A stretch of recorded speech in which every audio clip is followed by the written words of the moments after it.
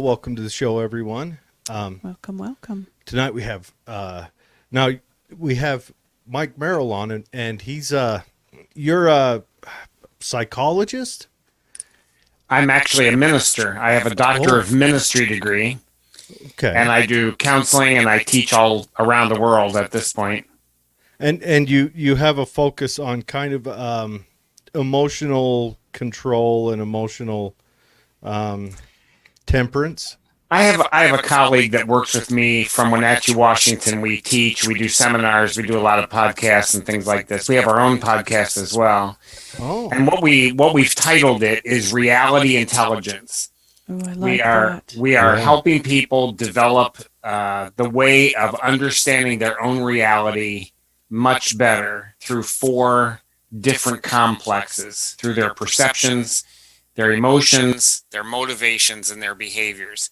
And when people understand how those four interact and how they work, you understand reality, your own reality, much better, and you are greatly empowered to be able to move forward. So our sense of reality as we know it, where does that stem from? Where does our current sense of reality come from? Somewhere in between your brain, your ears, your eyes, what happens inside your little gray matter there is an incredibly complex uh, ability. There are a set of structures that allow you to not only understand what you're seeing and feeling and experiencing in this moment, but you can work backwards in the past and you can look forward to the future, which don't really exist. The past and the future don't really exist. But for human beings, we don't function by instinct largely. There are some instinctual things that we do, but mostly we function by understanding, by awareness, by being able to put things together in our minds. And every human being does that in a different way. So we can both see the same exact sunset, and you could see that as depressing because there are so many things you didn't get done this day, and the day is set and it's gone and you'll never get it back. And I can see the colors and say, oh my goodness, that is so beautiful. No matter how bad things are, I always get this beautiful painted picture at the end of the day, and I am delighted. Our eyes saw exactly the same thing, but our interpretation of it can be very different. And that's true down to every detail that happens. You lose your car keys at the end of the day, and I am you can't find them, and it's a valid excuse to skip an appointment you didn't want to go to. So you lose your car keys and you're happy about it. Or you lose your car keys and you say to yourself, there I go again. I can't keep track of anything, and you're incredibly discouraged and spend the next few hours moping around.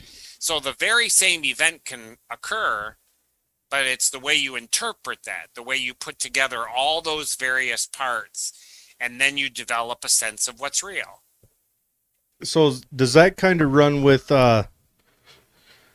say maybe emotional stability on that? Sometimes it's really good to be emotionally stable, and sometimes it's not. When I held I have 13 grandchildren. When I held each of those grandchildren, in a certain sense, I allowed myself to be very unstable and to kind of lose it with tears and with sobbing and joy and incredible. I'm normally a very controlled person. I am very much in tune with what I feel, what I think, where I've come from, where I'm going. I understand all that stuff. I mean, I'm a world level trainer. So it has to do with maybe uh, control over um, negative emotions most of the time, unless they're needed, and maybe That's a letting. very interesting. Just the term negative emotions, opens up a very wide portal into discussion about what makes an emotion negative or positive. And I don't regard any emotion as negative. None of them. Well, None of them are positive. It's what do they do to you and what do you do with it? Those are the two key questions that we ask all the time. So let's just say anger. Is anger a bad emotion? And when I was doing my doctoral work, I actually borrowed a book from the library called The Negative Emotions. That's the title of the book, The Negative Emotions. And the person who wrote that book uh, basically rounded up a whole bunch of feelings about fear, a whole bunch of feelings about anger, and a whole bunch of feelings about sadness, and said those are the negative ones. You don't want to feel those emotions. Well, You yeah, that want to get rid doesn't. of them as fast as you can. And I thought, I'm putting that thought into my training because anger at times is extremely good. Fear is very, very good at certain times. It can also be destructive. So what the question, well, I've had people come in for counseling. I've done counseling for almost 50 years.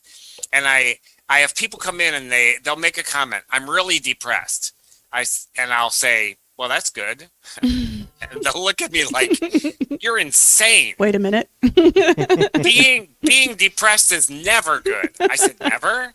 It's never good? And they say, well, how in the world can depression be good? And I'll say, let's give it a different title. It's just a word, of course. It's just a word. But let's not call it depression. Let's call it depletion, that you're depleted. And when you live life on a daily basis, you get tired at the end of the day. You get hungry around meal times. You get sad around things that happen that suffer loss for you. And those are all natural. They're actually quite good. Otherwise, we'd never go to bed. We wouldn't eat dinner. There's all kinds of things that wouldn't happen if we didn't have some form of depletion in our lives. So when we've suffered a big loss, like the loss of a spouse, or a very significant job, or anything, can be anything significant, it takes a while to heal from that. And when you go through a protracted time of great grief and tremendous loss, and you don't want to talk to anybody, it allows your brain, your mind, your heart, your soul, your psyche, every aspect to heal from the damage that came from that loss. So when other people see you, they say, I'm not going to give you a huge load today. I understand you're going through a lot. The depletion allows you time, space to put energy into your healing, which is extremely important. So in that case, depletion, depression, sadness, grief is really good. But two questions we ask over and over and over. What's it doing to you? So 5 years out, you still can't get up in the morning. You're still overwhelmed with nightmares. You're still struggling with the very essence of having lost that person. And I'm not going to say that's wrong. I'm not going to say bad you, terrible job at living life. I'll say, what's it doing to you? And I've had people say to me, I was married for 48 years. We almost made 50. It was the biggest thing in my life. And I lost that. And I just am so struggling with a profound sadness. Well, what year would it be now? Well, it would be 51 right now. And I'm actually feeling myself starting to move through some of this. So that's a good thing. It expresses to you that this was so valuable of a relationship. It took 5 years for you to recover even basic function. What's wrong with that? And then the person will say, so everyone else tells me, naughty you, bad you, you should be over it by now. But I don't feel like I should be. I feel like this is what I want to be. I thought, great, wonderful. I confirm that. And other people have been married for 48 years and they do 2 or 3 weeks of sadness, but the person had cancer. They did their grieving months and months ago. They're ready to be done with it. And other people say, bad you should be struggling with this for years. But the person says, but I did my grieving. I did it a long time ago, and I'm ready to move on from that. So what's it doing to you? And what do you do with it? For my own life, I get to make those decisions, not anybody else. So is it good? Is it bad? That doesn't matter to me. Is it destroying you? Is it benefiting you? What's it do to you? And what are you going to do with it? Those become the critical questions. They become the healing questions. So you have a doctor of ministry. Yes. It seems to those of us who don't know very much about that particular study like a big jump to move to this kind of real world application. Can you tell us a little bit about how you made it to this area? Sure. A doctor of ministry degree is a professional degree for those whose work is in the field of ministry, church ministry or pastoral ministry. I have the highest possible degree in my profession. A medical doctor has the highest possible degree in the profession of healing arts.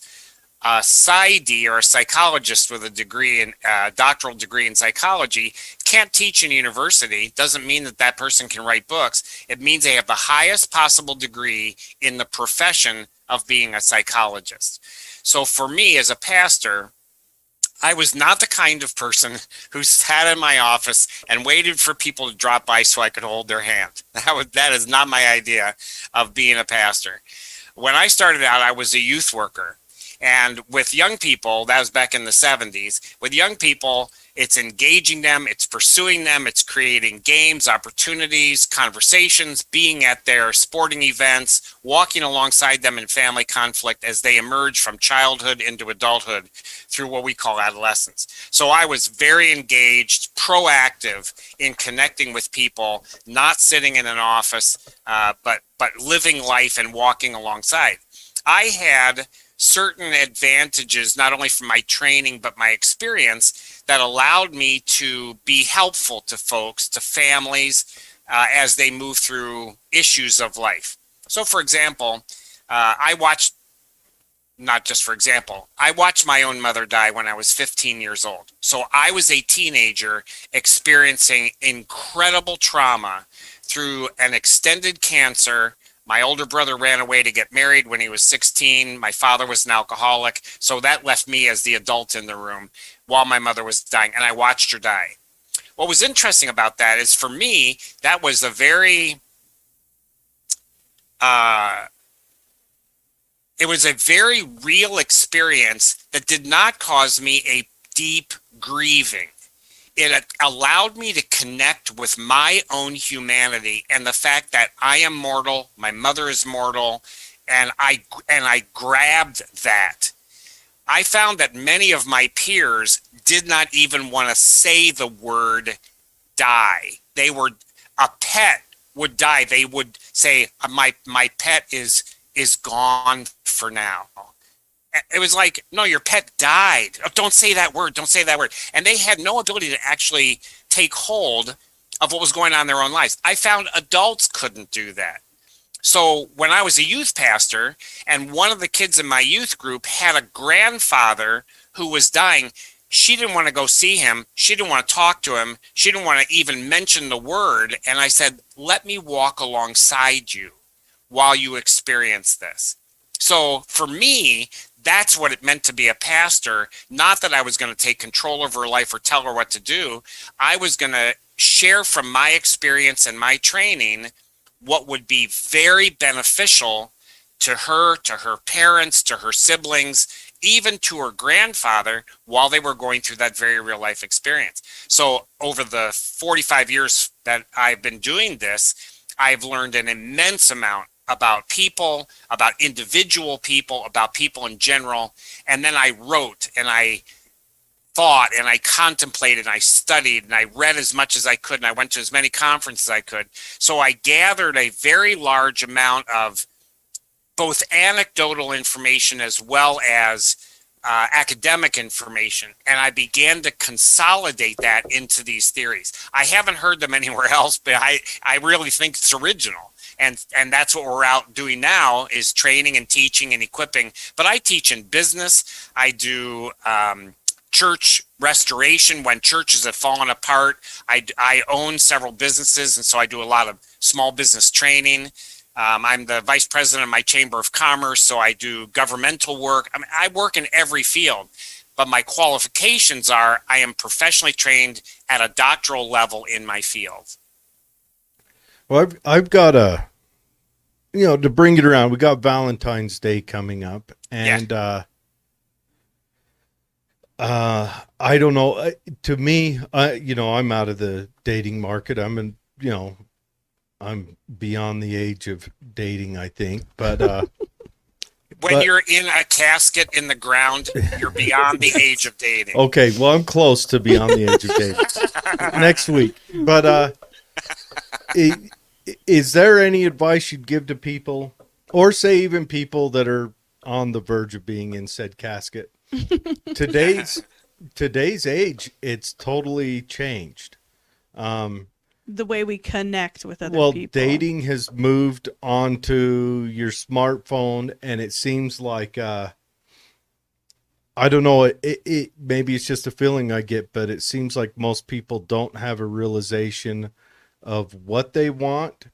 They want that immediate gratification that comes with somebody giving them attention, whatever, however that attention goes, or however far they take it. It seems like people want to uh, build up a plethora of circumstances of gaining that attention lately. And I don't say this to be harsh. That's just a feeling I get, where maybe it's just that online dating has caused everything to move so fast that there's no time to build a lot of character in that and things like that. And then it seems like nowadays relationships are commonly thrown away very quickly.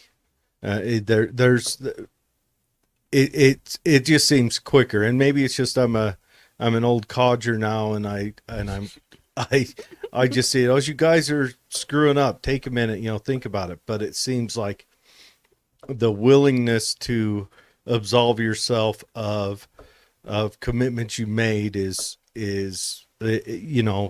way too fast, way too easy, and that's on both sides. There's not any one gender at fault. There's not anyone uh, any kind of relationship status at fault. It just seems to be a common thing nowadays. And so, what advice would you give to any of the listeners that are maybe thinking about, I don't know, how to fix their relationship, how to build a relationship, how to mend one, all that stuff? I really don't give a great deal of advice because I'll be to blame if it doesn't work out. That Mike guy told me. I never get the credit if it If works it out. does. That's a good point.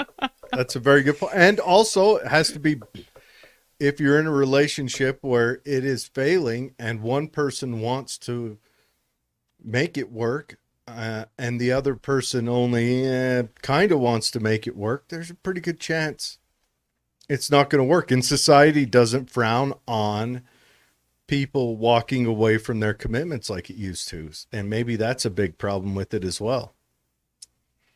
It could be, and a lot of that is kind of conventional wisdom that may or may not actually be realized in the world outside of hunches that we have as to how life works. I'm not going to debate whether how accurate that is. The reality largely is when I was a teenager, I had many of my friends. We were upscale people. We lived in a very nice section of a major city. And I had friends whose parents got divorced. They broke up with their boyfriends and girlfriends. I mean, it was just a constant change of everything happening. My mother passed away, as I mentioned, when I was 15. My father remarried before I turned 16, and my stepmother had 5 children, and we had 5 children. So we had this mass of humanity that was constantly coming, going, changing back and forth. Several of my siblings have gotten married and divorced several times. There's just all kinds of issues that happen in life.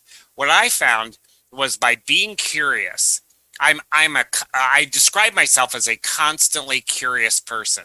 So instead of making assumptions about what I think I know, I ask a lot of questions and let people kind of discover their own journey. I think the critical issue is when I was 16, 17 years old, I had friends of mine, guys, who would use girls to get as much as they could out of them, and then they just throw them away like they were a McDonald's wrapper. And I remember, and that was 50 something years ago. And I would say, why do you do that to people? And back then, I was pretty harsh and I was very demanding and I was pretty caustic, even to my own friends. And I would say, you know, what you're doing is just absolutely stupid. That girl that you just use like a piece of trash is a absolutely fabulous person. I cannot imagine why you would do that to her. So I lost friendships and I mean, that kind of stuff happened all the time. But what was interesting was it didn't occur to me then to be able to say, so what is this doing to you? You go through a series of relationships. Maybe they last a few days, a few hours, a few months, a few years. But what's it doing to you that the relationships, the trust that you give, the integrity, when that just dissolves, what is it doing to you? I don't say should. There's 4 words I avoid using: need, should, ought, and must. I try to never use those words. I'll say, what can you do? What are you doing? What is your choice for where you step from this? So rather than my saying to somebody, you're destroying your relationship is the worst thing you could ever do for yourself, I don't actually know that that's true. The question is, what is this doing to you? Let's say in the immediate, but let's also look, let's say God gives you another 30 years to live. Okay, I'm 60, so I'm going to live to 90. In the last years of my life, do I want to go that alone? Is that where I want to be? I want to be on my own. I don't want anybody looking after me. I don't want relationships. So I'm going to live my life in such a way that when I'm towards the end, whichever, I mean, it could be tomorrow, but it could be 30 years from now, that the outcomes of the way I've lived now are going to be what I will want then. If it's not, then I can begin to ask the question, this is creating an unsettled foundation for my life, and I don't want that. What do I do? Now we can get somewhere instead of my coming in and saying, hey, religion says you shouldn't do that. That is totally irrelevant to anything. The question then is, if you don't like what's happening, or you can anticipate, I really don't want to be in this place in 10 years. Now, what are you going to do with that? What can you do with that? And so if a person then says to me, that's what I need help with, that I really need that, I would say, okay, I can work with you. I can do that. In the area of emotions, we developed a concept that there are only 5 emotions that human beings experience, 5 emotional systems. And we call them a system because there's some mild emotions, there's moderate emotions, and there's extreme emotions in all 5. But there's only 5 basic ones. The one that pertains most closely to Valentine's Day, we call acceptance. It includes love, but it includes a whole bunch more than just loving feelings or romance or bonding or whatever it happens to be. At a very low level, to like something, to be curious, to want something. That's a very low energy, low impact way of having a relationship. It's not bad. It's not automatically good. It just is. At a moderate level, it's being connected or falling in love or creating bonds or cherishing somebody or being devoted to them. And that kind of relationship is much more intense. But also acceptance emotions can get way out of your control, and they can become a craving or an addiction or an obsession. So the question then is, how do I build health into my acceptance relationships with another human being? There are going to be things that I have friction with. I don't like your smell. I don't like the way you take care of your clothes. I don't like the way you talk to your mother, or what it happens to be. And there's other things that I really bond with. I really love this. The question then is, when friction happens, when you're at cross purposes, when there's something going on that's interfering with your acceptance of that person, how do we talk about that? How do we get that up on the table? How do we solve differences of our values or our family history? It can be done. We've done it. We've actually had families that were at the divorce point or beyond the divorce point. Couples actually got divorced, and then they wanted to reconnect, and they built an entirely different kind of relationship after the breakup than they had before the relationship. So the key issue for me is in that area of acceptance and creating bonded relationships, what goes into that? And how do you build those kinds of connections, those strings or sinews that tie one person to another person in a healthy and appropriate way? That's what we teach. So you mentioned the 5 emotional systems. So acceptance is one. What are the Acceptance is others? one. The second one I call exposure. Exposure emotions include fear. That's kind of the basic flagship of the emotional system. But at a very mild level, very low, it doesn't take a lot of energy to be shy or to be uncomfortable. It has to do with I need safety and security right now. I wanna find a place where I'm not at risk. That's what exposure emotions are about. At a moderate level, it will be feeling afraid or being frightened, getting fear, anxiety. I put anxiety in that area. I put guilt in that area, because guilt is I feel unsettled towards an authority person or towards somebody who's holding me accountable, or someone who has a standard and I haven't lived up to a standard, and so I feel ashamed about that. At a very high level, it would be being terrified or being phobic, being panicky. Those are the difference between panic and shyness is the intensity of the emotion.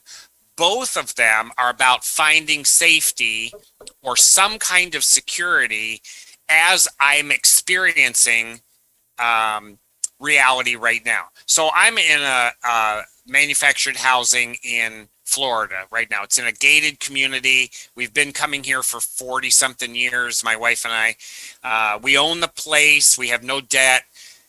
I don't know that there could be a gunman at the next house who's coming this way. I have no fear. But that doesn't mean that I'm not in danger. It's just I have no perception of that. Or a tornado is coming, or something smoldering in the underside of this building and it's going to catch on fire. So just because I don't have fear does not mean I've achieved safety and security.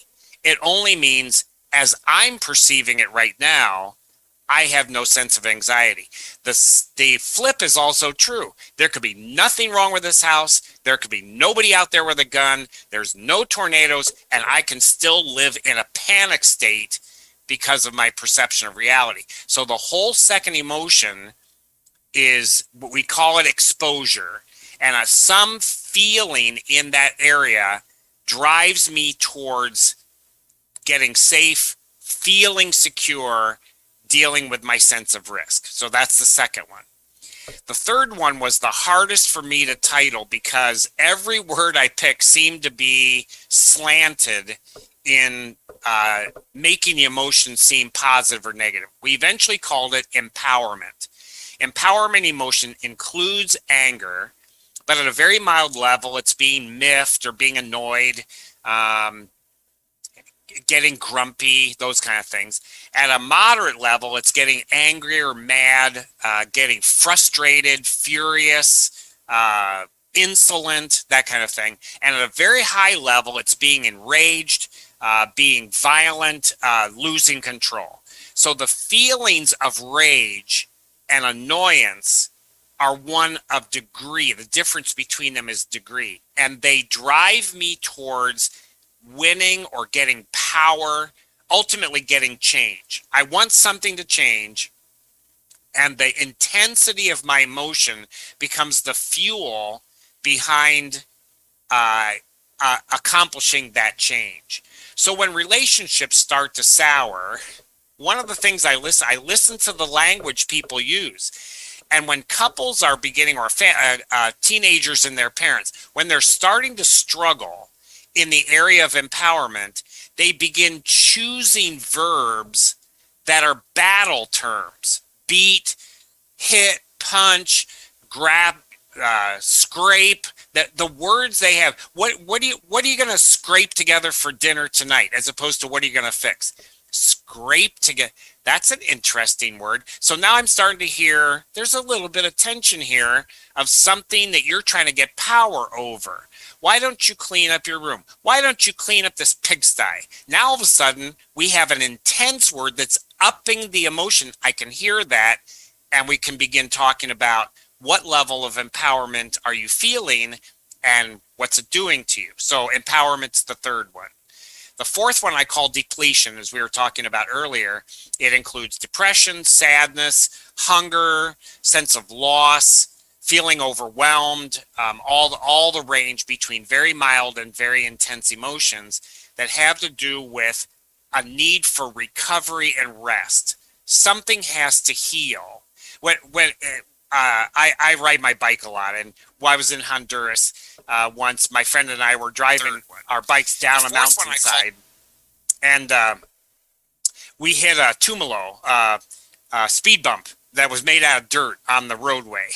And as we were driving down this, I wasn't holding my handlebars of my bike real tight, and it went up in the air, and I lost control of the handlebars, and the bike turned underneath me. We were probably going 25 miles an hour on mountain bikes down this hill, and my bike flipped to the side. I lost the wheels. I went down on a dirt gravel road, rolled onto my shoulder, ripped all the skin off the bottom of my arm, off my shoulder, down my side, bleeding all over the place. So Mark, my friend Mark, is laughing his head off at me because it was so funny looking. And I said, I'm really hurting here. There's blood in the dirt on the street. He helped me get up. We walked in. I went to a Cuban doctor. She picked all the stones out of my skin. And I slept for 2 days. And I slept for 2 days because my body needed to put all its energy into healing. So there are people with really significant wounds or surgery, and they feel depressed. They're not depressed. Their body is shutting everything else down so it can build new skin, fix a bone, make more blood. You just need that energy from somewhere. So when you do it, you feel tired, you feel overwhelmed, you feel sad, you feel all these feelings, but I call it depletion. So your body is depleted, and you're going to recover from that. That's the fourth emotion. The fifth one I call celebration. Celebration is happiness, it's joy, it's gratitude, it's the desire to share, to give. If you see a friend that you haven't seen in a long time, but you really don't care a whole lot about the friend, you'll smile a little bit, you brighten just a tad, and you wave a little bit, and you say, hey, how you doing? Good to see you. Your voice goes up. You shine a little bit. But if you see a friend you haven't seen in a number of years and you absolutely adore that friend, your arms go out, your voice goes up, you start shouting, screaming, you'll run across a crowded room to go hug that person because you're so thrilled about seeing them again. That's what celebration does. At a mild level, you don't shine that much. At an extreme level, you shine extremely high, and it can even get up into mania, and you kind of get into the party, and you're out over the top. So not every emotion needs to be low. Not every emotion needs to be high. The question always is, what's it doing to you, and what do you do with it? What does it do for you? So if you can begin looking at those kinds of questions, instead of being bothered by the fact that you're bothered about something, you can actually develop the language and the skills to talk about it. Language is huge. So yeah, the way we use words, like you mentioned, to kind of exacerbate a situation. Sure. Well, that's an interesting. That'd be a tool to take away if you are in communication with someone, and you having a conversation back and forth. Depending on the words they're using, you can kind of gauge where their headspace is. Absolutely. And if I'm seeing somebody that I've never seen before, I've never seen the two of you. So for me to assume that the way you use words is how I've heard them before is really inappropriate. That's almost abusive for me to do that.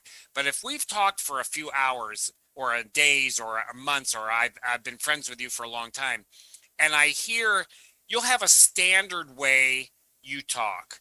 let's say some people curse and swear a lot. So they just throw in the F word, they do, hell this and on and on and on. That's just their normal convention. When I hear a change in their language, that tells me what's going on. The language itself is just a style.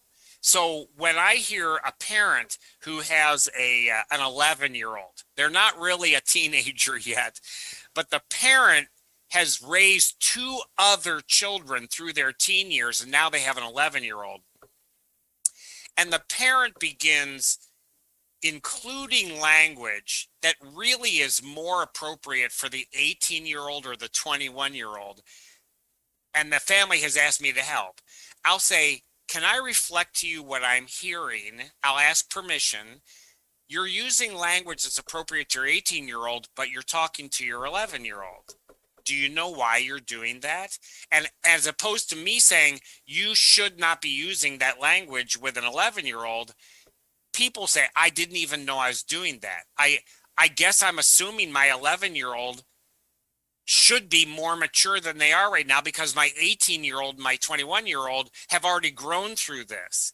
Well, let's talk about that. Your 11-year-old is 11 and is moving in the right direction, but you're making assumptions that they really would do better if they had the skills of an 18-year-old when they're 11. That's not happening right now. So we can then develop an understanding of our own words. When I work with couples and I hear the language change from acceptance words to battle words, I know something's going on. Even when they don't tell me, our relationship is in trouble. I hear it because they chose friction language instead of healing language. And every human relationship does that. You'll have certain ways you're getting tired of your car.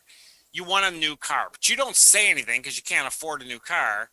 But it's very interesting that seeing the actions you take and how you describe the car tells me what you really think about it without you ever revealing that openly. So I've learned how to listen pretty well to the way language is structured, and particularly when it changes. So if somebody has a certain way of saying something, all of a sudden there's an introduction of a new viewpoint, that's what I pay attention to. So you mentioned rage. That seems to me right offhand as a word that could also be used as a battle word. How do you deal with rage? There are times when rage is very good. I live in Rochester, New York, and today, hot news story from today, 3 police officers were let go from their jobs because they pepper sprayed a 9-year-old girl who was in handcuffs in the back of their car. She was kicking them. She was screaming at them, a 9-year-old girl. One of the police officers will record. This is like a few hours old information.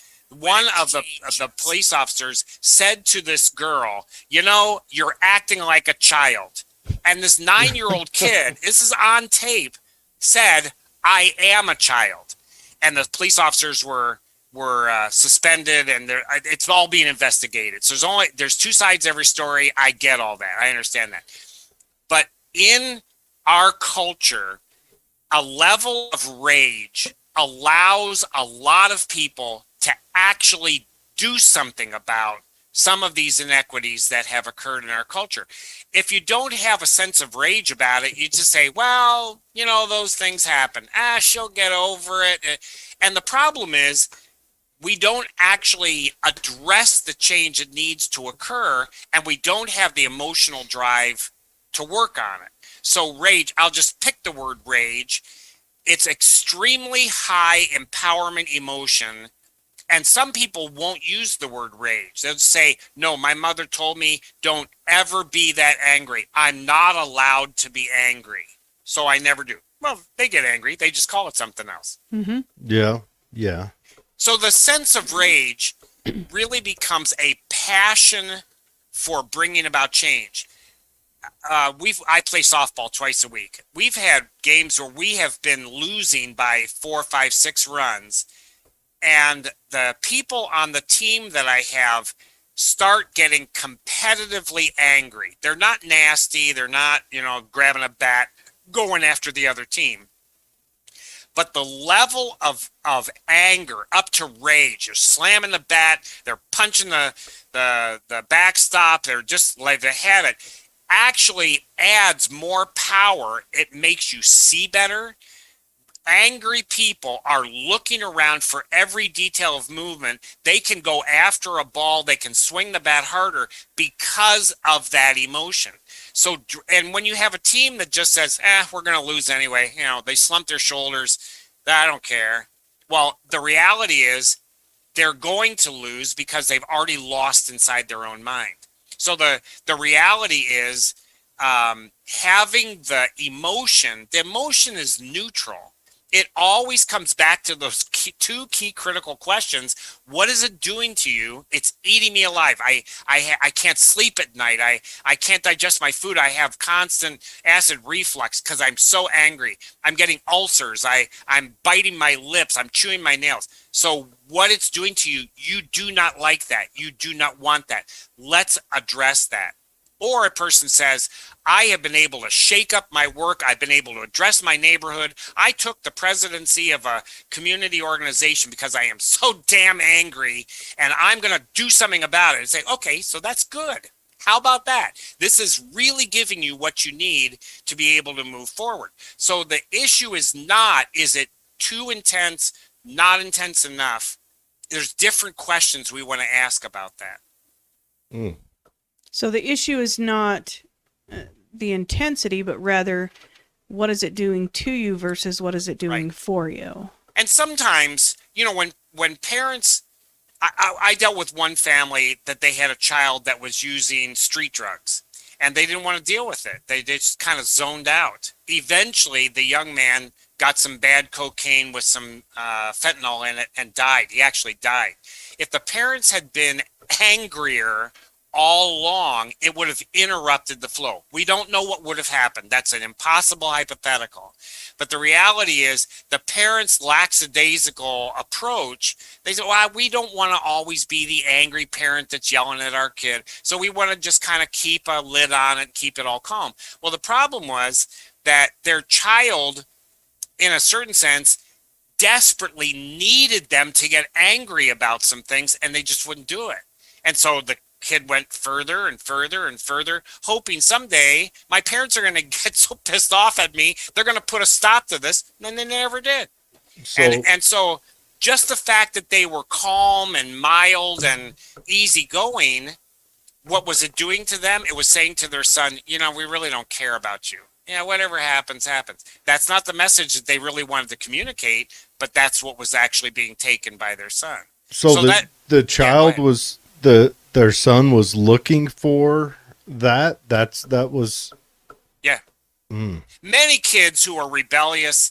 It was difficult in the 30s and 40s. It was difficult in the 50s and 60s and 70s. It is still difficult to move from childhood to adulthood in a family. It's just really, really difficult. Well, I've always said we don't have enough wolves eating people anymore. It's serious. Yeah.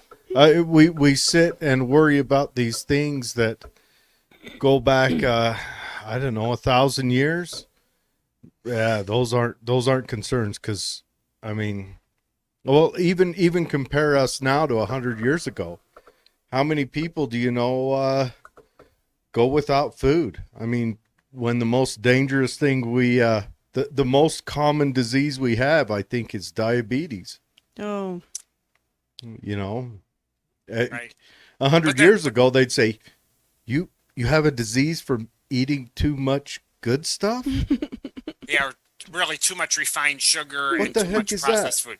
The reality is, to get from childhood, the moment a child is conceived, they are in the womb of another human being and totally controlled by that human being. As they grow for the first 9 months, they are totally controlled by their mother's body. Eventually, they start kicking her kidneys and we start seeing a different dynamic. But the day the child is born is not the first day the child has actually been functioning in this world. They were swimming, they were totally warm, all their nutrients were provided by their mother, all their waste was taken away by their mother. As soon as they get outside the womb, that dynamic changes. And from that moment until the child is fully independent, the goal is to build successful adult skills in that human being. So they need to learn how to hold their own head up. They need to learn how to walk. They need to learn how to trim their fingernails. They need to learn how to not say yes to sugar. There's a million things they need to learn. But the goal from moving from childhood to adulthood through adolescence is, how do I go from an external control system to an internal control system? Sadly, in some families, some individuals actually never do grow up. Their mothers, when they are 50 or 60, their mothers are still running their lives. Their mothers are still doing their laundry. They still live in the basement. They never attained adulthood. So the goal is to get to be an independent functioning adult. It used to be that happened in let's say 500 years ago. That change occurred around age 14 to 18 in most human beings' lives, but they only lived to 40. So 14 to 18 was middle age. When I started youth ministry back in the 70s, the typical adolescent period was age 12 to age 25. When a person was finished with education, they got their own credit card, they started paying insurance on their own car, they got their own apartment or went and got married, whatever the issues were. But 12 to 25, they were moving from, my parents tell me when to go to bed and they make me do my chores, to I'm living life on my own terms. That was the adolescent period, 12 to 25. Now, adolescence really starts around 7 to 10, where kids are getting access to internet. They're more independence. They're getting captains of their teams, are given adult responsibilities at age 7, 8, 9. I mean, really, really young. And there are some people who don't actually achieve adulthood until 30, 32, 35. They're still kind of kids. They wear their hats backwards. They play video games all the time. And the reality is they never really did quite achieve totally independent living. They're still under their parents' structure. So somewhere adolescence has gone from 14 to 18 to 12 to 25 to 7 to 35. That's a huge time period that adolescence is occurring. The ability to get from I am totally controlled to I am totally in control is the process of moving from childhood into adulthood. And we have a lot of resources and a lot of help. Some people don't have a lot of that. They don't have a lot of supportive systems. They fail, tragedies happen. I mean, things are extremely difficult. And we always ask the question, what's it doing to you? And what do you do with that? There are young people who are in the, let's say, 15 to 22-year-old age, that their parents are disengaged from what's going on in their own child's life, but the child wants their parent to be engaged. What's the response? Well, one response can be the child can be depleted about that, very, very sad and overwhelmed. But a child can also be very empowered by that and get very angry. And one of the aspects of anger, what is to change, is I want my parents to tell me when to be in the house. I'm going to fight it. I'm going to argue. But I want them to tell me, because all my friends' parents have curfews for their kids. And the parents will say, I heard this when I was a kid. See, my mom died. She had cancer when I was 11. She died when I was 15. I was setting my own hours when I was 12 years old. My dad was off drinking. My mom had cancer and was in surgery and taking drugs. And I was a 12-year-old that I did whatever I felt like doing. All my friends said, man, you are so lucky. Oh, holy cow. You can stay out till 2 o'clock or 3 o'clock in the morning any night you want. And when I was at their house, their parents would say, Mike, it's time for you to go home because my child needs to go to bed. Oh, come on. I love you so much. I want you to go to bed. My parents never said that to me. Never. I don't recall in my own mind ever my mother or my father saying, we love you too much to let you do that. They just didn't say it. So when I was a kid, it was, couldn't you just tell me once I have to be in the house because you love me? Never happened. So did you react? What was your emotional reaction to that? I grew up really fast. I have a mind that gathers a great deal of information, sifts it all through, and then I test out theories of what do I want to see happen. I've just been that. I was that kind of kid. I was the kind of kid that every other high school kid sought out to tell all of their problems to, because I didn't give advice. There's a theory in psychology and counseling called the theory from Rogers. It's called Rogerian counseling. And Rogerian counselor, I did this naturally. A Rogerian counselor will simply say whatever you just said back to you. They never add anything to it at all. So you're talking to a Rogerian counselor and say, I'm feeling really bad that my father never said that he loved me. So your father never said that he loves you. No, you're right. He never really did. And I'm pretty angry about that. You're angry that your father never said he loves you. I have been in a counseling session like this.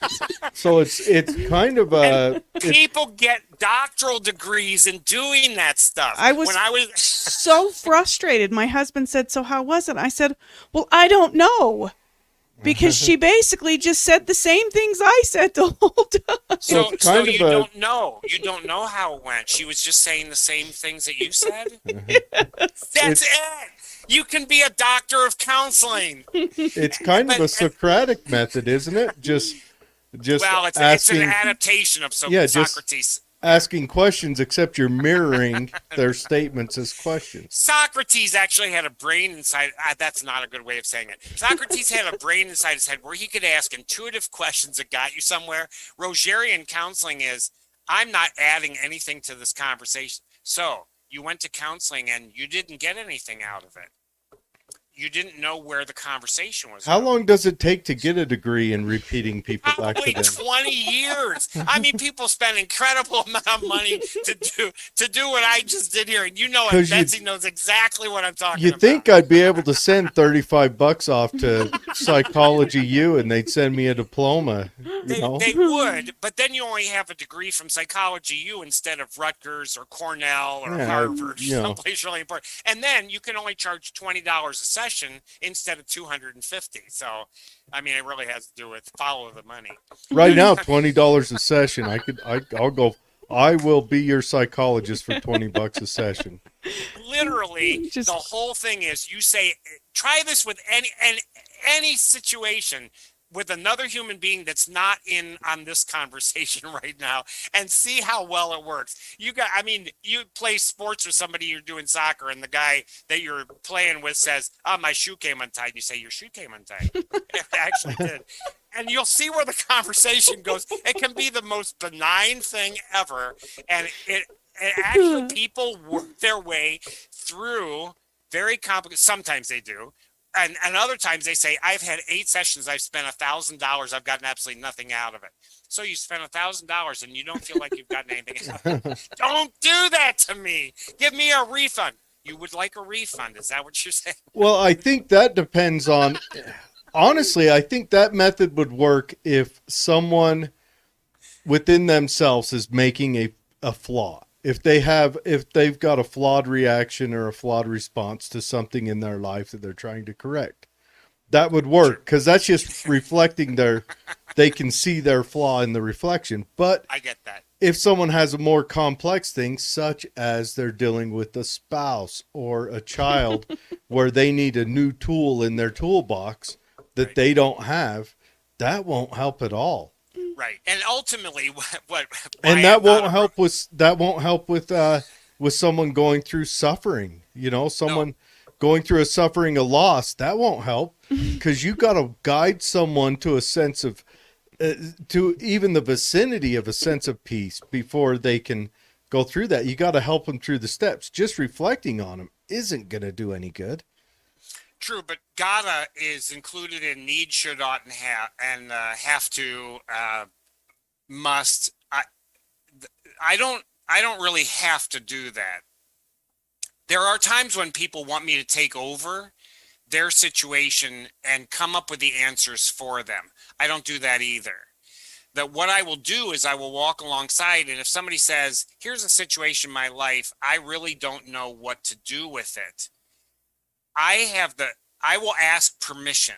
I do this a lot. I ask a lot of permission.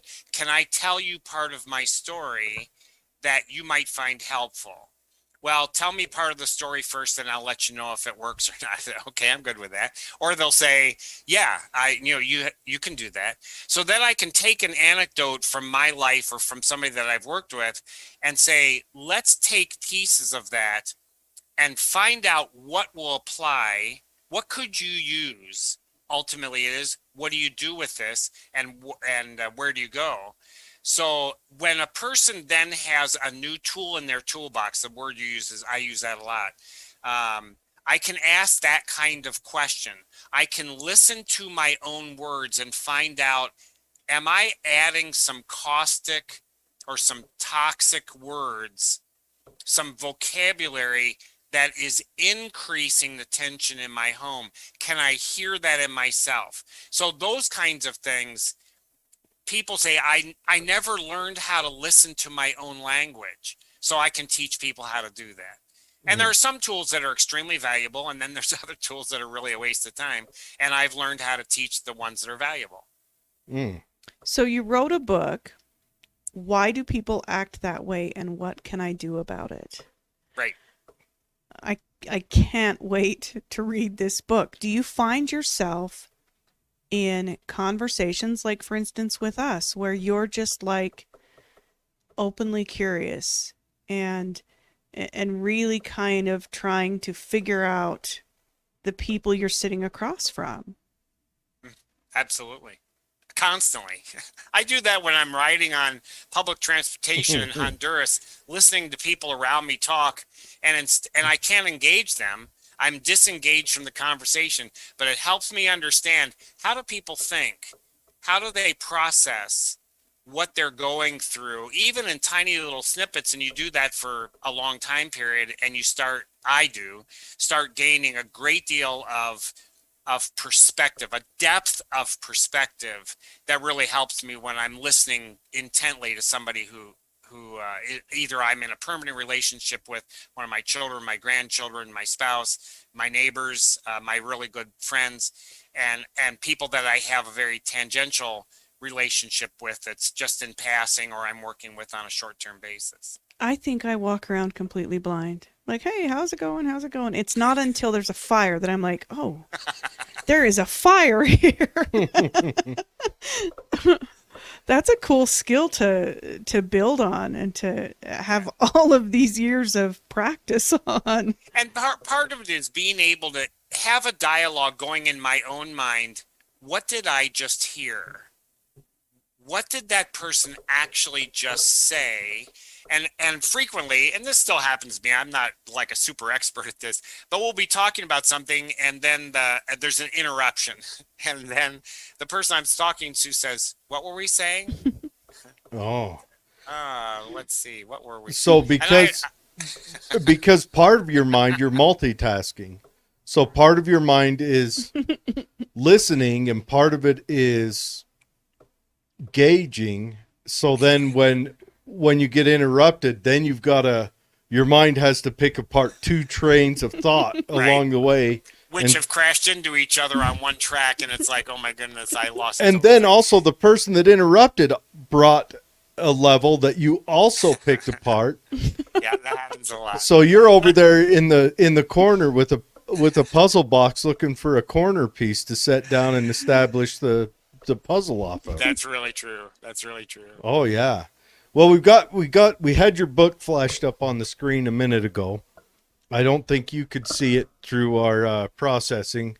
Uh, but yeah, it looks very interesting. I'll put it up again, but you know, We when we've looked at marketing and how to do all that kind of stuff, one of the advice pieces that in the organization I work with that does book marketing and all that stuff said you really need to have a hook that gets people interested in buying your product and maybe having you come speak or engage their company or their organization on the basis of what you're providing.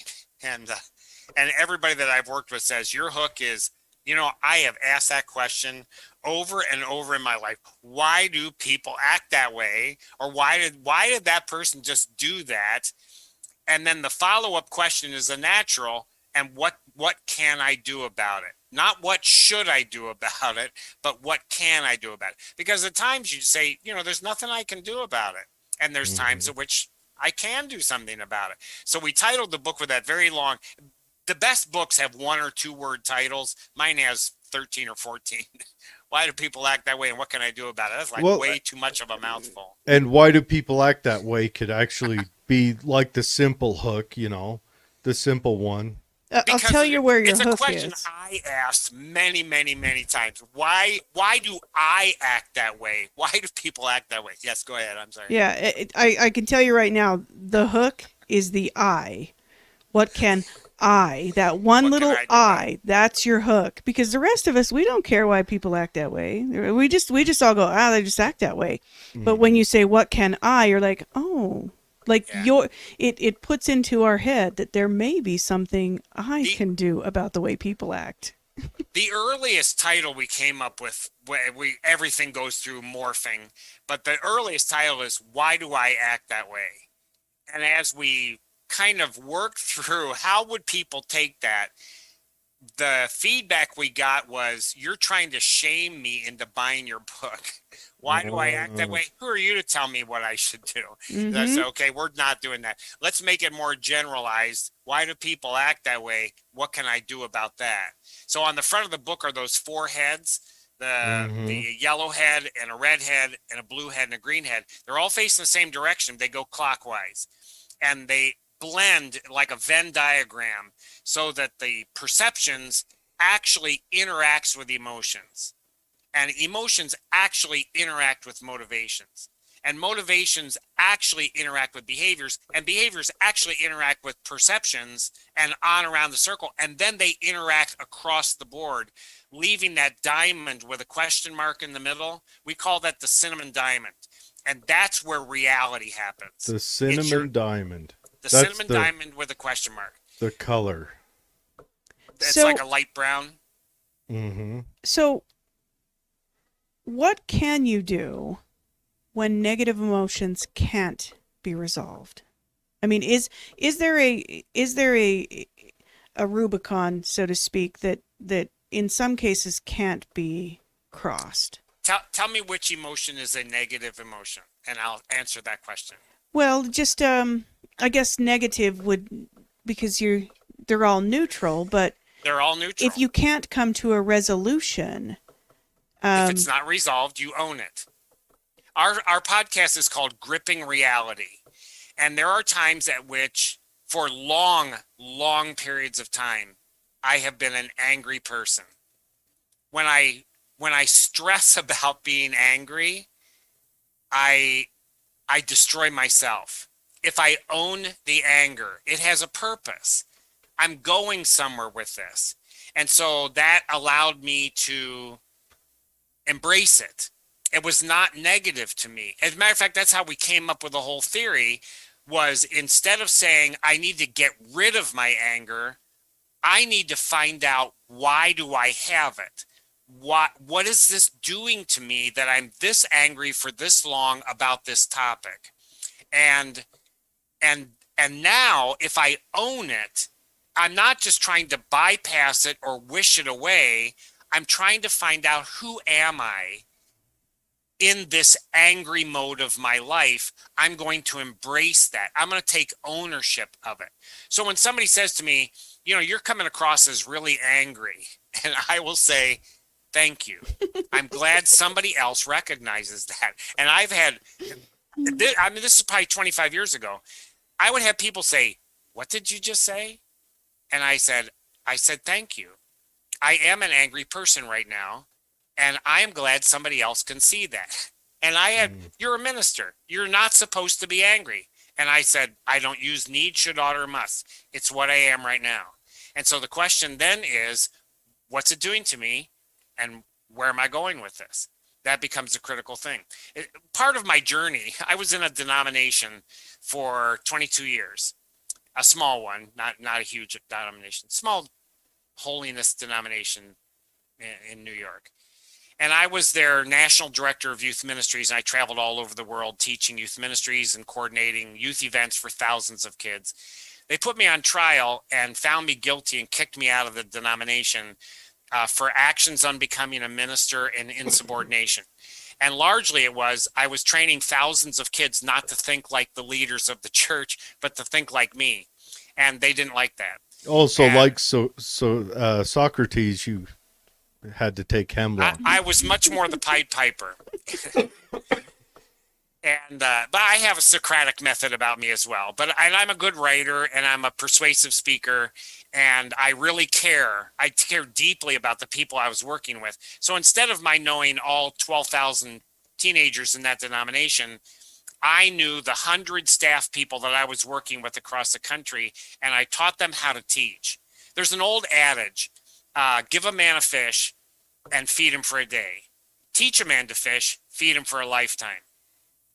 That's great, but it's not complete. There's a third part that's missing. Yeah, he'll have to buy a fishing license from our overlords every year. No, that's true. He's got to teach other people. Give a man a fish, feed him for a day. Teach a man to fish, feed him for a lifetime. Teach a man how to teach fishing, and you will feed a community forever.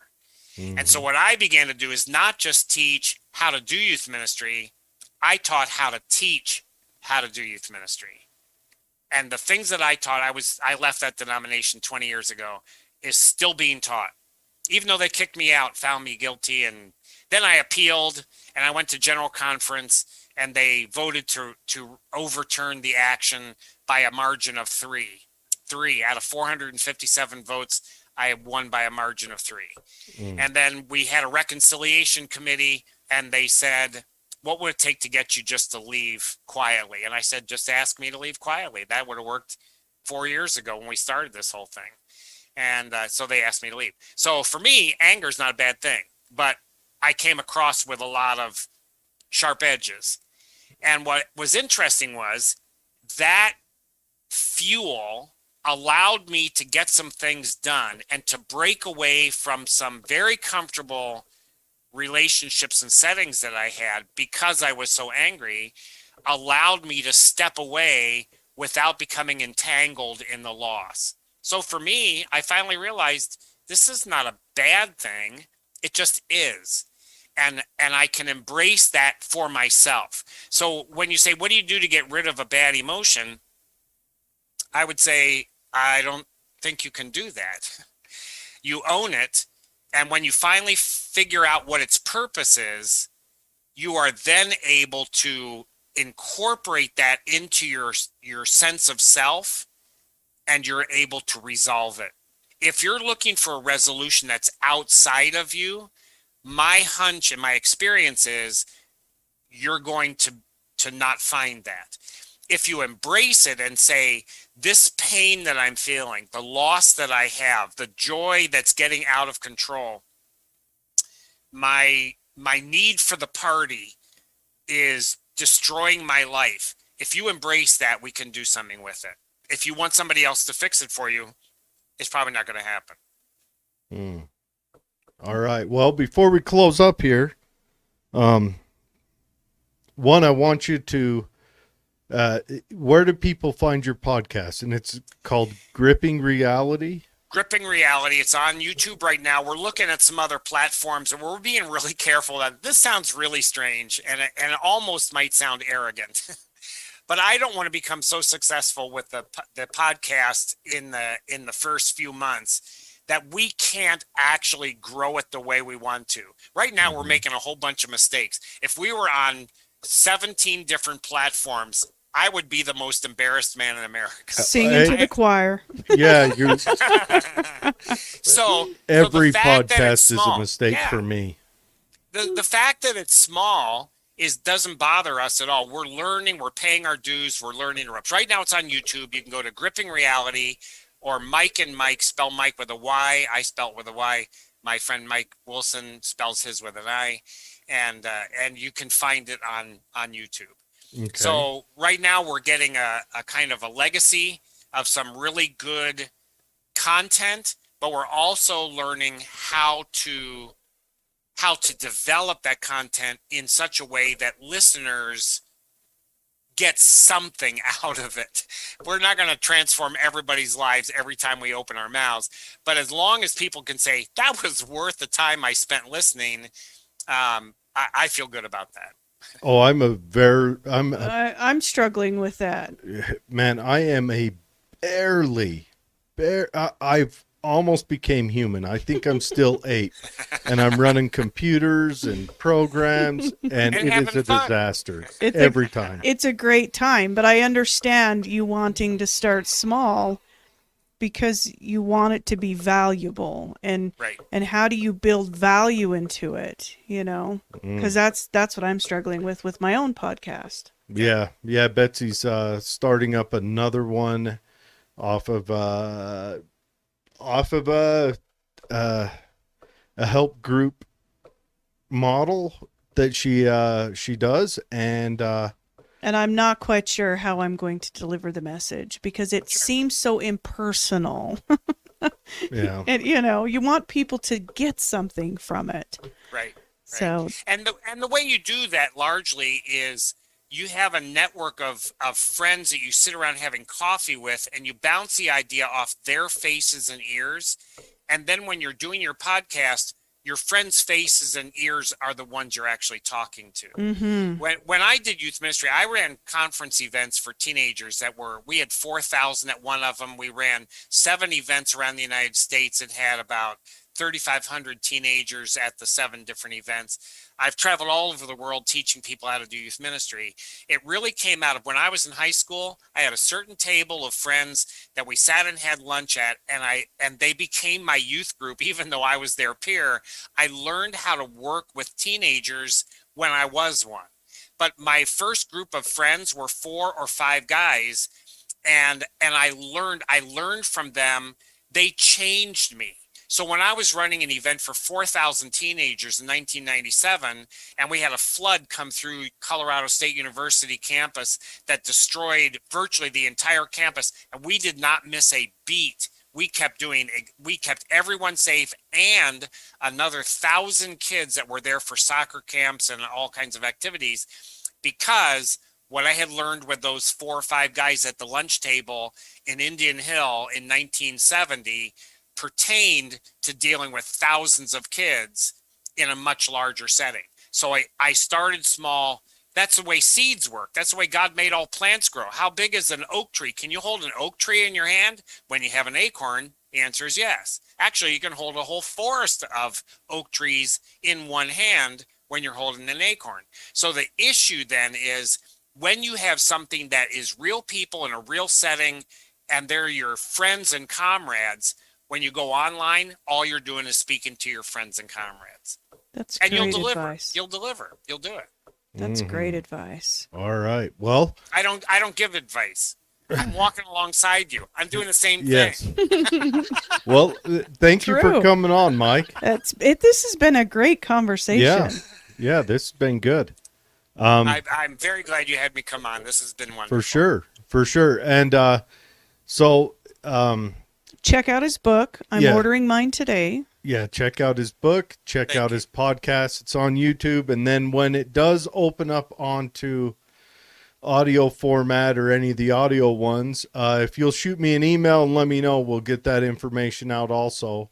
The book is on Audible. There's an ebook, a print on demand, and an Audible book. Who reads the Audible book? Yeah, and then Gripping Reality is a podcast, and as we're developing that, that'll be another aspect. Let me leave you with one more tool. I have 3 statements. You can write this down. Anybody who's listening, you can write these 3 statements down, and these actually work like magic. If you want to say something while saying nothing, here is what you say. I have 3. These are standards for me.